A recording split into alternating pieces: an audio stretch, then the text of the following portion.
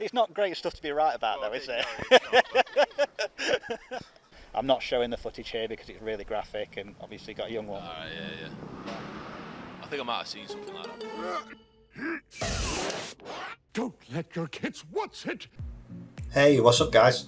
So first things first, this video was inspired by a dude called Ryuji. You can find a link to his channel, Peace by Vegan, in the description below. I highly recommend giving him a follow. When I was growing up, my older brother was a football player, and he was pretty much my hero. I was told that if I wanted to be really fast and strong like him, I would need to drink milk for calcium. Drink your milk, kids. I don't want milk. Milk's for babies. Yeah, babies. Oh yeah? Well, I happen to know that milk helps build strong bones. So drink up. And eat eggs for protein. There's one breakfast that's unbeatable for protein. It beats porridge, it beats muesli, it beats baked bean. The packaging and adverts for these products showed me happy cows and happy hens producing happy eggs and happy milk. Happy eggs are wonderfully tasty. The cows like to be milked twice a day. Cows love getting milked and enjoy the gentle stroll down to the milking parlour with the rest of their herd. Why the fuck you lying? Why you always lying? And so even as I got older and realised that it's possible to be healthy without these products, it honestly never occurred to me that it might be unethical to eat them. After all, you don't have to harm chickens and cows to produce eggs and milk, right? This seemed extreme to me, and so when she told me that she'd gone vegan for ethical reasons, I felt a need to prove her wrong. That seems weird, right? But the thing is, nobody wants to be the bad guy, and the idea that I was taking part in something unethical couldn't be right. I spent the next few weeks on a mission trying to find some logical reason or argument against veganism. I read studies and watched documentaries with a cynical mind trying to debunk them. And when I did that, I ended up seeing some pretty horrible footage. But what bothered me most wasn't the egregious violations of animal welfare regulations. Freedom food, free range, happy are not words that I would use to describe these birds, but that is how they are described in supermarkets, and that's why you pay more for their eggs. But the standard industry practice from places which are claiming to be high welfare.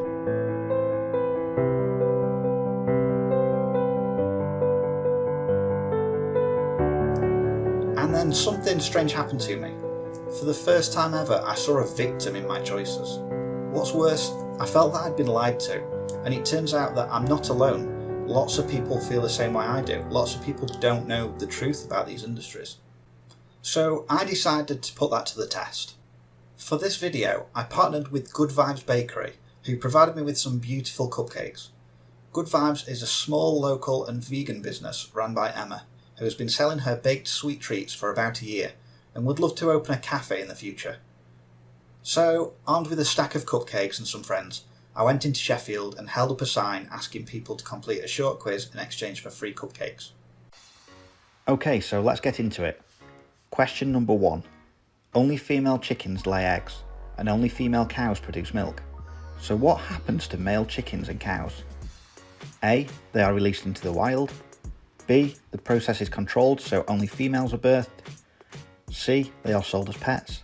Or D. They are killed as babies. Honestly, I've got no idea for, you know what, I've no idea on, Well, they're killed as babies. Killed as babies usually, except like the big, well, some bulls that are bred to be then just the breeder, I think, right? D. They're killed as babies. pass. The process, you can't control birth. I very much doubt they're releasing, so I don't know, killed as babies. I think it's B for some reason. I'm actually not sure. The process is controlled, only females are birthed. So they're actually killed as babies. So yeah, they're basically seen as a byproduct of the industry, like they're not needed, they're not profitable, so the industry's just kill them as babies so that they can make more money. How do you feel about that? I feel that's not right. They should deserve to live. Question 2. Around how many eggs does a chicken produce in the wild versus on an egg farm per year? A. 12 versus 50. B. 250 versus 300. C. 12 versus 300. Or D. Around the same. I'd say 12 versus 300. It's definitely not around the same. I would probably go with the lowest number. That seems the legs that human interference would get involved to jack it up, you know, a little bit. 12 versus okay, so 300 in an egg farm. Yeah, I'll go with C. B. 250 versus 300. No, it's actually 12 versus 300. I'll go with 12 versus 50. Okay, it's actually 12 versus 300. So in the wild, the chicken would lay about one egg a month. But yeah, on an egg farm, they're selectively bred in such a way, and actually when you take the eggs away, like a natural instinct kicks in and makes them want to have another baby, so they'll lay another egg quicker. So it's about 300 a year on an egg farm. Any thoughts on that? It's just mass production, isn't it? Yeah, business, right? Money. Yeah. In a year.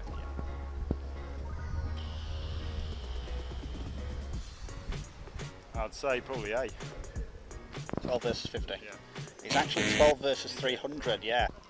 12 versus 300. Question 3. What is the most common way that male baby chicks are killed in the egg industry? A. They are ground up alive in a machine called a macerator. B. They are suffocated in bags.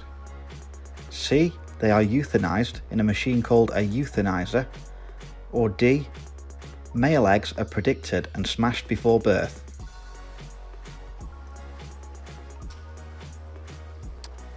I'd like to think D. D. It's actually A, so they ground up in a macerator, which is basically like a big industrial scale food blender. Any thoughts on that? Well, probably by my face you can tell, not very impressed by that at all, no. And that's the most common way. They actually answer B, they're suffocated in bags. That happens too, it's just not the most common way. Predicted and smashed. They're actually ground up alive in the macerator. So a macerator is basically like a massive blender. So when the eggs are hatched, and they sex them on a conveyor belt, see that the boys put them on a different conveyor belt, and that goes into a big blender with the day-old chickens. So I'm not showing the footage here because it's really graphic.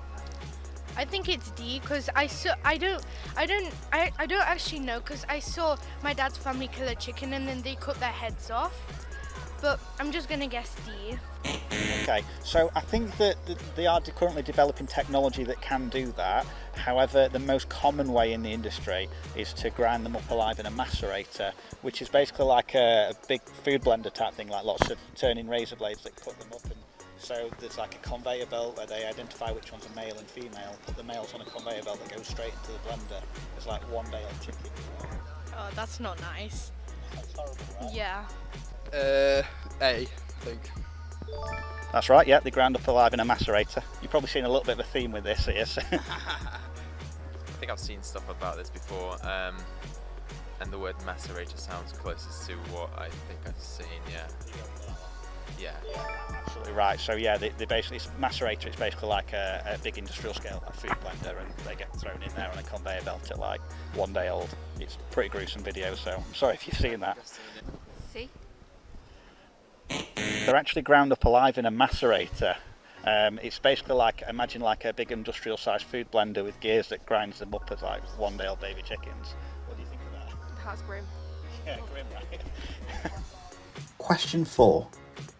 Chickens in confinement tend to go crazy and sometimes attack and cannibalise each other. But how did the industry solve this problem? A. They tripled the chicken's individual living space. B. They restrained the chicken's movements on the farm.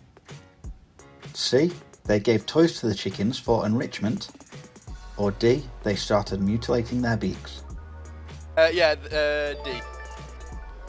hate to say it, but it's probably D, isn't it? Yeah, you're probably noticing a theme here, right? Yeah, the worst horrific answer, yeah. I'm going to go with, it's either B or D.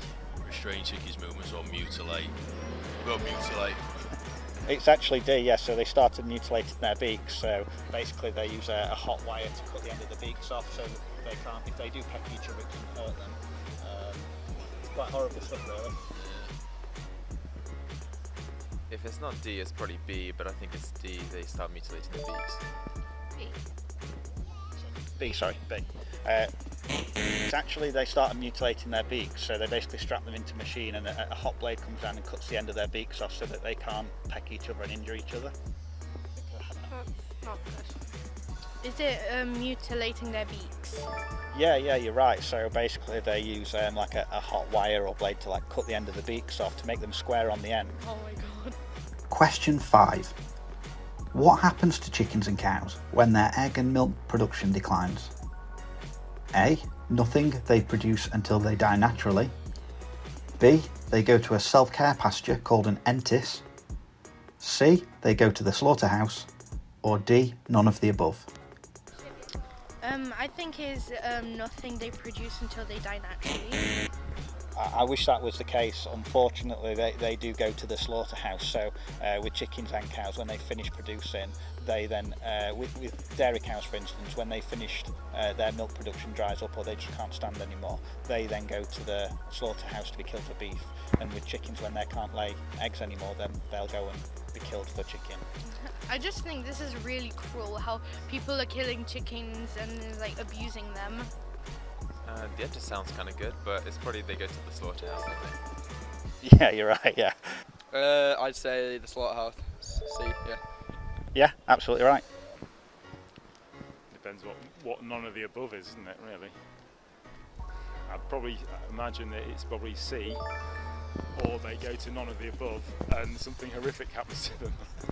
It's actually, they go to the slaughterhouse, yeah, so if a chicken stops, their egg production declines, they'll go and be killed for chicken for the meat that we eat. If it's a dairy cow, they then go and join the beef industry.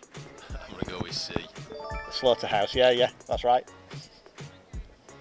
You're probably seeing a common theme with these questions, right? Yeah. the most graphic and logical answer. C. They go to the slaughterhouse, yeah. The entis does sound pretty good. You're getting them all right so far, so this might be the first, 10 out of 10, we'll see. I learned it well in school, actually. Did you? Oh, great. But I've had me marked up. Yeah, well, I mean, most people don't know this stuff, right? So I don't know if you've done, lots of research or things like that, but... Yeah. Question 6. What is a chicken's life expectancy on an egg farm versus in the wild? A. 3 versus 12 years. B. 1 versus 7 years. C. 7 versus 10 years. Or D. Around the same. I would say 1 versus 7. Actually, it's 3 versus 12, but it's not that far off. I think it's 7 versus 10 years. I think A is 3 versus 12. Yeah, you're absolutely right. It's not great stuff to be right about, though, is it? Egg farm being the first, and then natural being the second. Yeah, so it's, this is on an egg farm, and this is in the wild. 1 versus 7. Close, it's actually 3 versus 12, so I mean they're both pretty bad, but yeah, on an egg farm they'd live for about 3 years. I've actually got chickens at home as pets, live on my back garden, wonderful. They'll live to about 10 to 12 years. Right. 1 versus 7. Close, it's actually 3 versus 12, yeah. Those are my 2 choices, yeah. Yeah, they're kind of close, so... Yeah. Question 7. Why do cows produce milk? Is it A, for humans through mutual evolution? Is it B, because they are cows through what is known as the Janus effect? Is it C, because they are mothers for their babies? Or is it D, because they eat grass in a process called calcium transfer? What do you reckon? I don't really know, but I'll just say for humans. Say what, sorry? For No, humans. it's not for humans. Oh. D. Right, I've actually found that children are more likely to know this one. I'm not sure why, but that's just what I found in my experience. Did you say D? Yeah. It's actually because they're mothers for their babies. So if I ask that question again, why do humans make milk? Yeah, it's the exact same. So basically they can't make milk unless they've been pregnant first. So in the industry they impregnate the cows. They can just continuously milking them. Yeah, as long as, about a year after they've been impregnated and then given birth. It's about a year. Yeah. Well, naturally, I would have thought C, because they're mothers for their babies. I know that they have to keep going through the cycle of making them, fertilizing them, have calves and so on constantly when they're in the dairy industry. Yeah, absolutely. You're right. C. C. That's right. Yeah, because they're mothers. I'd take an educated guess at C. Because they're mothers, right? Yeah, the same as for humans. The same as for everything else. You'd be surprised how many people don't know that one. I mean, that's, yeah. Children seem to know it. Adults say, oh, it's because of the cows, it's what they do. If you go too hard into the thought process behind it, you'll get all weird as well, yeah. Basic biology. Well, I think it's nothing to do with grass, because like no matter what they eat, they'll still produce milk. So I think it's for their babies. Yeah, you're absolutely right. Question 8. What is the standard legal practice to impregnate cows in the dairy industry? A. Cows only mate naturally and by choice. B. Cows and bulls are confined in a mating pasture.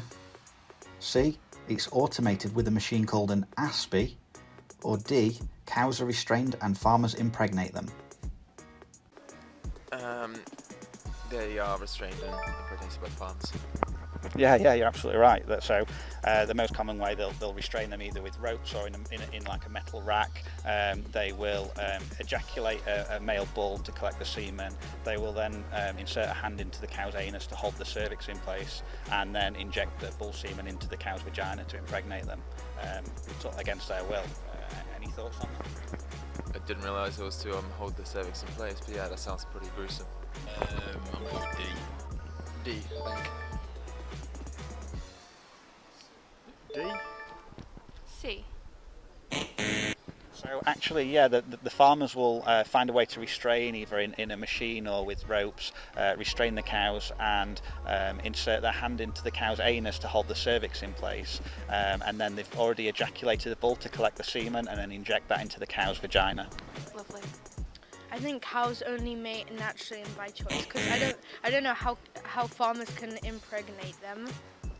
Exactly what you just said was going through my mind. Yeah, rape basically. Yeah, rape of animals. Like, yeah. Like, how do you think people would react if it wasn't a cow? If we were treating humans like that, how do you think people would react to that? Oh, that's just not pleasant. Just getting like in a metal rack and then getting forced to do something you don't want. Yeah, that's horrible. Thank you. Question 9.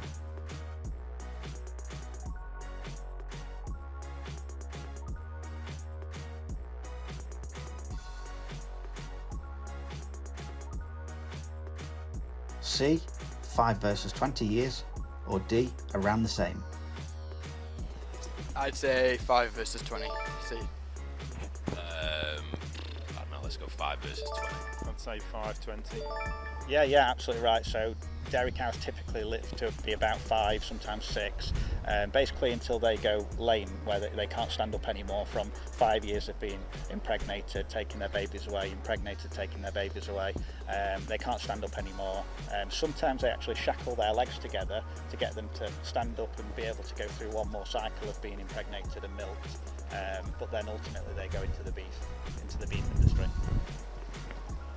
I think it's C, 5 versus 20 years. The number 4 comes to mind, so that's the closest to it. Yeah, so that's right. C. I think it's 2 versus 10 years, because I don't think they live very long. It's actually 5 versus 20 years. So basically they will impregnate the cow, take her baby away, sell her milk, and then when she stops producing milk, impregnate her again, and that cycle will happen for about 5 or 6 years until she can't stand up anymore, and then she'll be killed for beef, whereas in the wild cows can live about 20 years on average. Any thoughts on that? I think that is just like their life is taken away, because they could live longer if they were free, but like when they're with farmers, their life is very short. Yeah, and it's all about money, right? Yeah. Okay, final question. Around how much milk does a dairy cow produce on a dairy farm versus in nature? Is it A, around the same amount, B, 2 times more, C, 5 times more, or D, 10 times more milk? I'd imagine they wouldn't always be breeding in the wild, and the dairy industry will probably try and maximise the most out of it, so I'd want to say 10 times more, but that sounds like a lot. I think 10 times more, because like the farmers want more milk to get more money, so they'll get the cow to make as much milk as they possibly can. 10 times more. About, I'd say 5 times more, maybe 10. Pick one. 10. Yep, 10 times more. It's going to be 10 times more, isn't it? 10 times, yeah. It's that thing, yeah. So now that the quiz is finished, what are people's thoughts? It's not, like I say, it's not great stuff to be right about. It's not good to be right about it, but it's good to know that I'm more informed about it than I thought I would be. Yeah. So what are your thoughts on the industries, and is there anything we can do about that maybe? I think the fact that you're doing this video, because this isn't stuff that's taught at school, is actually a good reason for it. I think we should be taught this kind of stuff in an educational setting so that everybody has the right information to make a decision that's right for them. They're not being misled in any way. Yeah, I would agree with that. And how do you think that might influence our choices if we were taught this kind of thing at school? I think it would lead people to make more moral choices a little bit sooner in their lives, perhaps. I think people who do tend to go dairy-free or otherwise vegetarian or vegan tend to do it well into their adulthood when they can do this, that kind of research independently. But if we're fed this kind of information earlier, perhaps we might, as children and growing into adulthood, influence not only ourselves but also families to make those kind of decisions. So that's the end of the quiz, so thank you very much for that. Based on what we spoke about in the quiz, do you think that if more people knew this kind of stuff, that it might affect the food that we eat or the way that we buy it? Yeah, because like people think that that chicken or beef is made differently, but they don't know what the animals are going through, so they think it's totally normal, and they actually don't know what's going on. But if they would know what's going on, then maybe they would like reduce it a bit. Quite shocking, really. Yeah. And how does it make you feel about the way that we consume like eggs and dairy? We like consume like quite a lot, but like a lot of it is wasted. Like. Yeah. What do you think about the fact that you know, it is possible to be healthy and happy without these products, but we choose to do it anyway and put animals through them? Quite bad. I think you got 9 out of 10 of those right. Yeah. I mean, it's not great stuff to be right about. It's not. Really, no. But it's bringing that to the surface, isn't it? I mean, I'm probably aware, but when you sort of actually think about it and bring it to the surface, it's like the calculated that last one. You think, well, yeah, I've seen cows don't. Well, the last one, wasn't it? Yeah. Cows aren't around just for a year. They must be around for a little bit longer. But having said that, how long? Probably not that long. And even that 5 years, like, do you think they have a good quality of life in that 5 years? Probably not. No. Like I say, how do you think it might guide our food choices if we did know better where our food comes from? If it was done in the right way, I think definitely it would. Yeah, it definitely would change people to think more about what they're buying.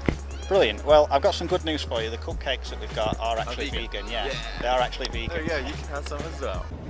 Okay guys, thank you so much for watching. The people of Sheffield have been really cool here today. We've spoken to quite a lot of people some of whom knew quite a lot of what was in that quiz, some of whom knew basically nothing. Some really cool reactions from people who had no idea the horrors of the eggs and dairy industry. I would appreciate it so much if you will give me a like, a thumbs up, if you will subscribe, all that kind of jazz. So thank you so much for watching, and I'll see you in the next video.